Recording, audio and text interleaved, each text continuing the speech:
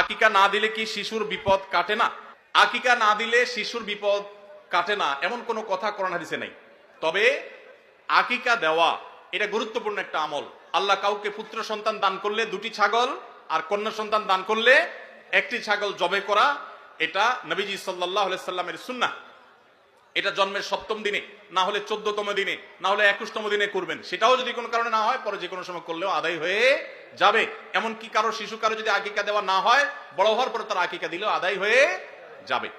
এই আকিকা এটা না দিলে যে বিপদ কাটে না এরকম কোনো কথা নাই। তবে হ্যাঁ, বিভিন্ন হাদিসে নবী সাল্লাল্লাহু আলাইহি সাল্লাম বলেছেন, কুল্লু গুলামিন মুরতাহানুন বিআকিকাতিহি, বাচ্চার এটা আকিকার উপরে সে অনেকটা ডিপেন্ডেন্ট থাকে। এই হাদিসের ব্যাখ্যা অনেক মুহাদ্দিসরা বলেছেন, আকিকা না দিলে, আকিকা দেওয়ার ফলে সে বিভিন্ন ক্ষয়ক্ষতি থেকে বেঁচে থাকতো। অনেকে বলেছেন শয়তানের কুমন্ত্রণা থেকে বেঁচে থাকে আকিকার মাধ্যমে, এটা থেকে সে আর বাঁচতে পারে না, ওই ক্ষতি তাকে স্পর্শ করার সম্ভাবনা থাকে।